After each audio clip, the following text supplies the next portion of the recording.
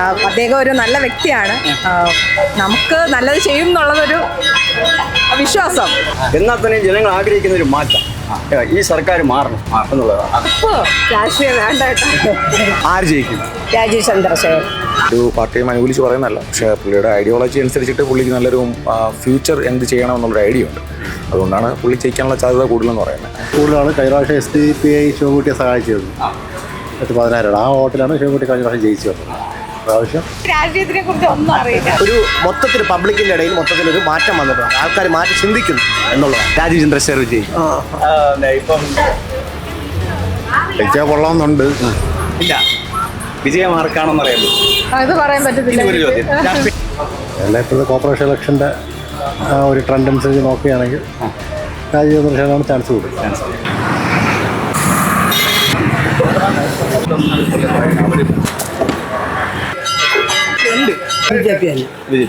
രാജീവ് ചന്ദ്രശേഖർ വിജയിക്കും.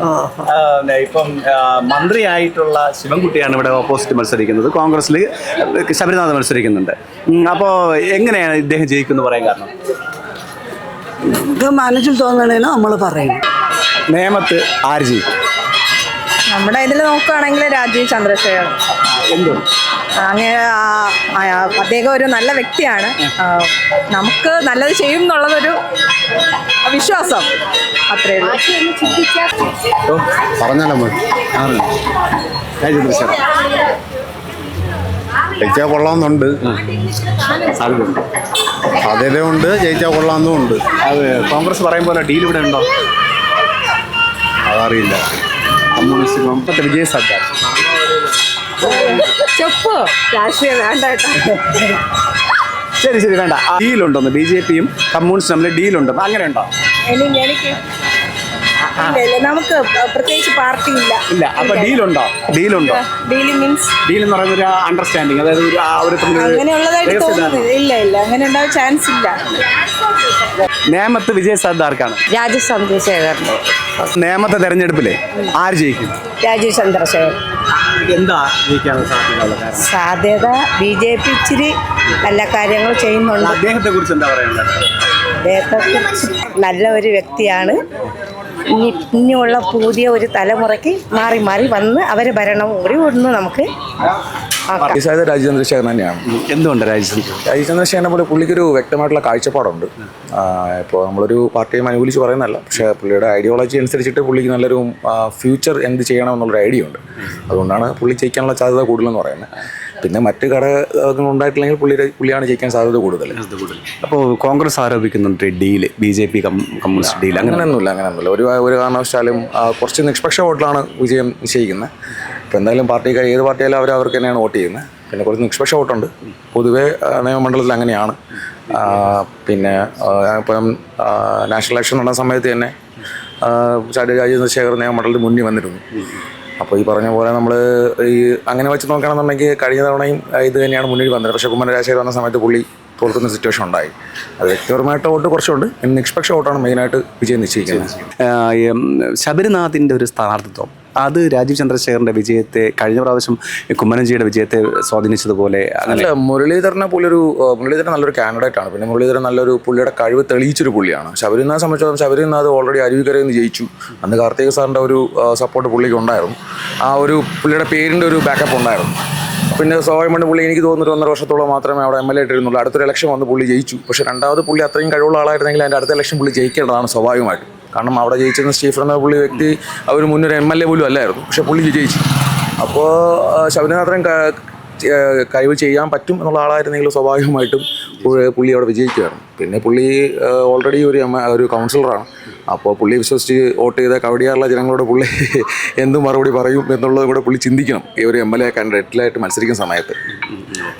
ഓക്കെ, അപ്പം പരിപൂർണ്ണ വിജയ സാധ്യത എൻ്റെ അഭിപ്രായത്തിൽ ഫസ്റ്റ് വരാൻ ചാൻസ് രാജീവ് ചന്ദ്രശേഖർ തന്നെയാണ്. കാരണം നല്ലൊരു യൂത്ത് സപ്പോർട്ട് രാജീവ് ചന്ദ്രശേഖരനാണ് ഉള്ളത് എൻ്റെ അഭിപ്രായത്തിൽ. പിന്നെ ആരും ഞാൻ പറഞ്ഞില്ല, കുറച്ച് ഒരു 30% നിഷ്പക്ഷ വോട്ടുണ്ട്. അത് ആയിരിക്കും ഫൈനലായിട്ട് വിജയം നിശ്ചയിക്കുന്നത്. അതിലൊരു 15% യൂത്താണ്.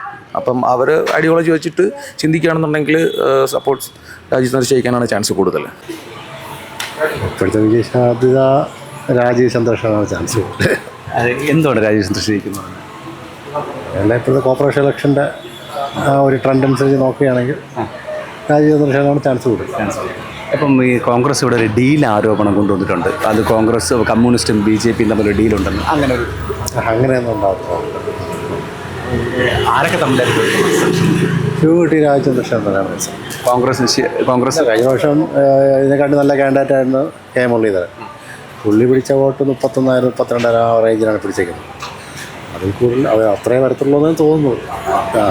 വിജയസാധ്യത കൂടുതലാണ്. കഴിഞ്ഞ പ്രാവശ്യം SDPI ശിവകുട്ടിയെ സഹായിച്ചിരുന്നു 10,000. ആ വോട്ടിലാണ് ശിവകുട്ടി കഴിഞ്ഞ പ്രാവശ്യം ജയിച്ചു വന്നത്. പ്രാവശ്യം എങ്ങനെയാണെന്ന് അറിയത്തില്ല.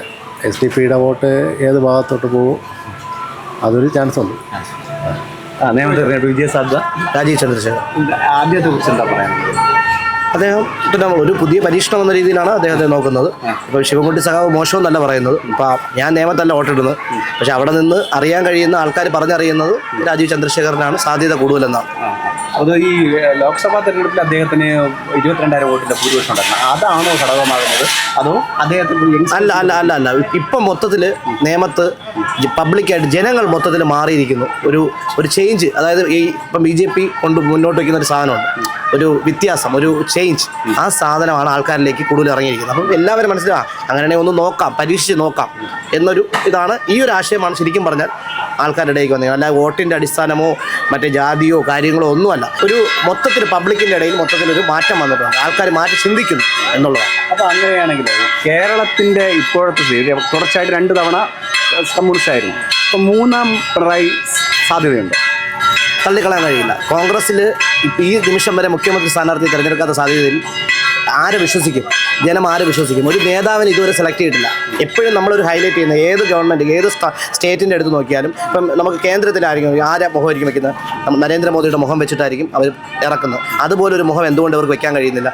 ഇപ്പോൾ ആരെ വിശ്വസിച്ച് ആര് മുഖ്യമന്ത്രി ആവുമെന്ന് കരുതി ഗവൺമെൻറ് ആൾക്കാർ വോട്ടിടണം. അപ്പോൾ അതുകൊണ്ട് സാധ്യത അങ്ങോട്ടും ഇങ്ങോട്ടും മാറി തിരിഞ്ഞ് നിൽക്കുകയാണ്. പിന്നെ BJPയുടെ മുന്നേറ്റം എത്രത്തോളം രണ്ടുപേരെയും ബാധിക്കുമെന്ന് കണ്ടു എന്നറിയാം. അപ്പോൾ ഒരു തൂക്ക് സഭ എന്ന രീതിയിലോട്ട് അങ്ങനെ ആവാനാണ് സാധ്യത. ഇപ്പോൾ കോൺഗ്രസ് ആരോപിക്കുന്നുണ്ട്, BJP കമ്മ്യൂണിസ്റ്റ് ഒരു ഡീൽ ആരോപിക്കുന്നുണ്ട്. അങ്ങനെയുണ്ടോ? അങ്ങനെയില്ല, ഇല്ലെന്നാണ് എൻ്റെ ഒരു കാഴ്ചപ്പാട്. എന്താ ഡീൽ അങ്ങനെ ഇല്ലെന്ന് പറയേണ്ട എന്താ? ഡീല് ഈ കഴിഞ്ഞ പ്രാവശ്യം ജയിക്കൂലായിരുന്നല്ലോ ശിവകുട്ടി, അങ്ങനെ ഒരു ഡീലുണ്ടായിരുന്നു. അപ്പോൾ ഇത്തവണ ഡീലില്ല. വോട്ടറല്ലേ? അപ്പോൾ മത്സരം എങ്ങനെ ഉണ്ടായിരിക്കും? പ്രചാരണമൊക്കെ കാണുമ്പോഴേ എങ്ങനെയുണ്ട് ഫീൽ? ഇല്ല, വിജയം ആർക്കാണെന്ന് അറിയാൻ പറ്റും. ഒരു ചോദ്യം, രാഷ്ട്രീയം വേണ്ട. ഇവിടെ കോൺഗ്രസ് പറയുന്നുണ്ട് BJPയും കമ്മ്യൂണിസ്റ്റും തമ്മിൽ ഒരു ഡീലുണ്ടെന്ന്. അതുണ്ടോ? അതും എനിക്കറിയത്തില്ല. അപ്പോൾ ചേട്ടാ വേറെ കാര്യം ചോദിക്കട്ടെ, ഈ 3ാം പിണറായി സർക്കാർ വരില്ല? ഒരു സാധ്യതയില്ല. ട്രെൻഡ് അങ്ങനെയാണ്. ആരോപിക്കുന്നില്ല ഡീലുണ്ടോ നിയമത്തിൽ? ഇല്ല, ഡീൽ എങ്ങനെ ഡീലില്ല. എനിക്കറിയില്ല, രാഷ്ട്രീയത്തിനെ കുറിച്ച് ഒന്നും അറിയില്ല. 10 വർഷക്കാലം അത് പാർട്ടിക്കാരെ അവർ നല്ല രീതിയിൽ നോക്കിയിട്ടുണ്ട്. ജനങ്ങൾക്ക് എല്ലാം ചെയ്യും എന്ന് പറയുന്നുണ്ടെങ്കിൽ കുറച്ചൊക്കെ ചെയ്തില്ല എന്ന് പറയാൻ പറ്റില്ല. എന്നാൽ തന്നെ ജനങ്ങൾ ആഗ്രഹിക്കുന്ന ഒരു മാറ്റം, ഈ സർക്കാർ മാറണം എന്നുള്ളതാണ്.